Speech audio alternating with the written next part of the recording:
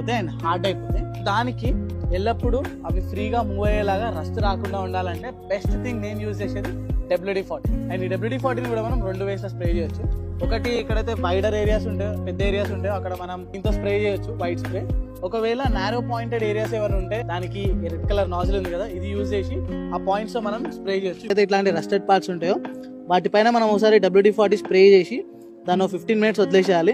Cloth ఇంకా brush తో clean చేస్తే ఈ రస్ట్ వెళ్ళిపోతుంది అండ్ ఈ బోల్స్ కూడా ఈజీగా దిగడానికి వస్తుంది. కార్ డోర్ హ్యాండిల్స్ కూడా చాలా టైట్ అయిపోతాయి. సో వాటిని అప్పుడప్పుడు మన WD-40తో లూప్ చేసుకుంటే ఈజీగా కూడా మూవ్. వైపర్స్ మనం ఎక్కువ తీస్తూ ఉంటాము, జామ్ అయిపోతూ ఉంటాయి వెదర్స్కి, వాటర్కి, దానికి దీనికి. సో బెటర్ ఏంటంటే మనం ఇట్లా WD-40తో లూప్ చేసుకుంటే ఇక్కడ రస్ట్ కూడా రాదు అండ్ ఇవి ఈజీగా కూడా మూవ్ అవుతాయి. నేను ఎప్పుడు ట్రావెల్ చేసినా నాతో పాటు మాత్రం డెఫినెట్లీ ఈ WD-40 క్యాన్ని క్యారీ చేస్తాను. అండ్ ఈ WD-40 క్యాన్ని మీరు అమెజాన్ నుంచి ఆర్డర్ చేయొచ్చు, లేకుంటే WD-40 వాళ్ళ వెబ్సైట్ నుంచి కూడా మీరు ఆర్డర్ చేయొచ్చు. దీనికి సంబంధించిన లింక్స్ కింద డిస్క్రిప్షన్లో ఉంటాయి.